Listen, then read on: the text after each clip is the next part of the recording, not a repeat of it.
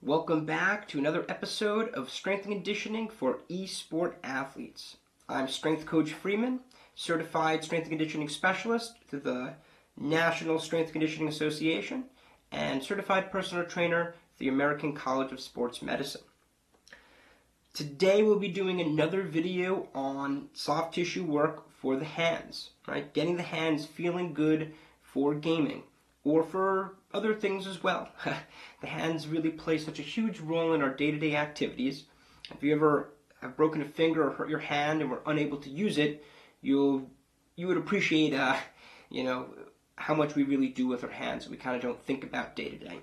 So it's really optimal to keep our hands working well. And one of the ways that we can do this is through some soft tissue work, doing some myofascial trigger point release. So today we'll get started with this tool.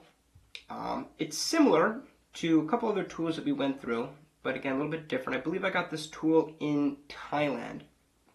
It's a wooden tool, somewhat lacquered, so I guess keep it clean in case you use any sort of oil with it.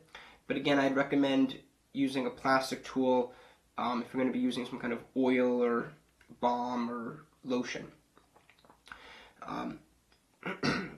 This tool, again, would be used for the first step of a training session. Again, in a training session, 4 steps. You have soft tissue, movement prep, some kind of training, right, strength and conditioning or gaming, and then finally, 4th step, recovery, static stretching. So again, this is for the first step. And it's really important that we do this as the first step because this will help fix trigger points in the long term. So a lot of times trigger points, which are those kind of knots that we feel in our muscles, sometimes that either you can feel an actual physical knot or just a slightly sensitive area. Those trigger points, sometimes when you work on them, they might go away temporarily, but sometimes they come back. That's a common source of irritation. So in order to help improve our chances of it not coming back, we want to do our soft tissue work first. So what happens is you do your soft tissue work first, you work into those areas.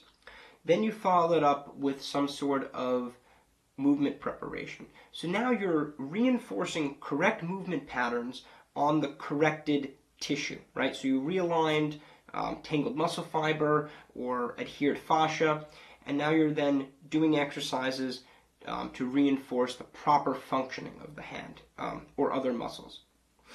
Then after that, you do your actual training, which again further reinforces the proper positioning. And then you finish with your static stretching, and that static stretching should kind of help to hold it in place. So you work on your flexibility, trying to keep everything in the right spot, and starting with your soft tissue and then finishing with the other 3 steps, you're more likely to have lasting results from your soft tissue work. Should you continue to do soft tissue work as maintenance? Yes, but it should be a much quicker kind of routine thing once you've kind of figured out the issues. And of course, you'll always find new trigger points. I know with myself, I decided to change my tool that I'm using, or I just change my technique or the angle I'm doing things with the part of the hand I'm working on or other part of the body. And I'm always finding new trigger points that need to be worked on. So once you correct, maintain the corrected ones, but also look for new ones to fix. Okay, so let's zoom in real quick, and we'll take a look at this tool, and we'll go over how it can be used for the hands. Okay, so here's a close-up of this tool. It's a 4-point tool, as you can see, although mainly 3 main points.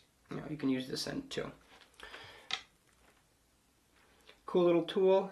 I like these tools that have multiple points on them. They're just so much more versatile.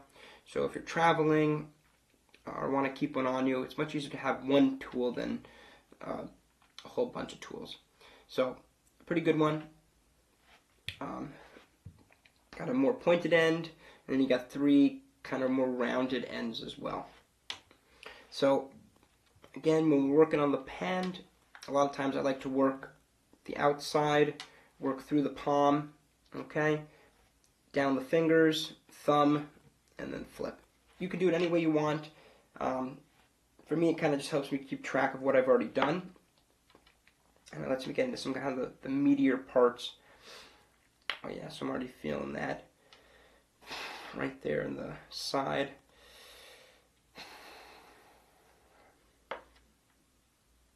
Ooh, there too.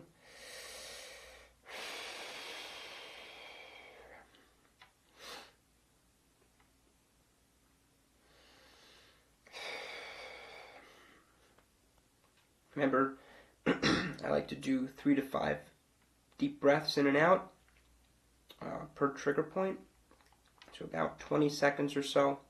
Again, you can go longer or shorter.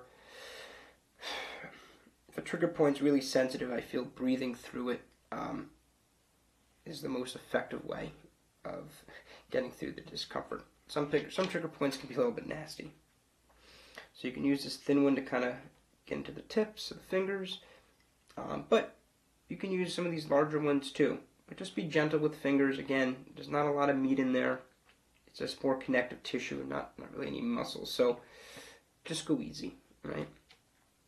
In spots that have a lot of muscle, you can definitely apply a little more pressure. But again, go to what's comfortable.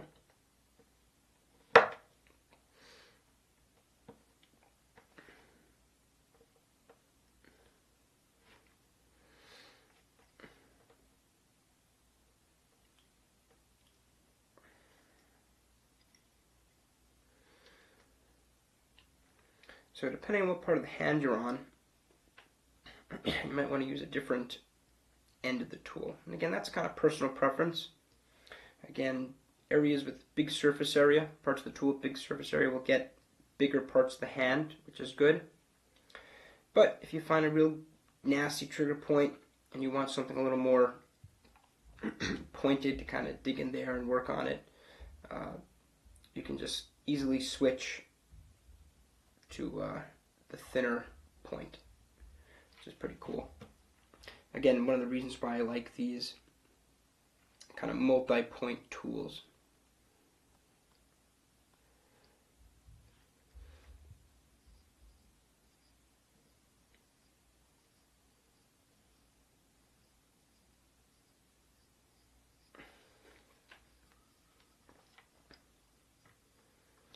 Kind of use these tools kind of work in between fingers as well. There's a little bit of a divot here, so it works nicely, just kind of, so light little massage between the fingers.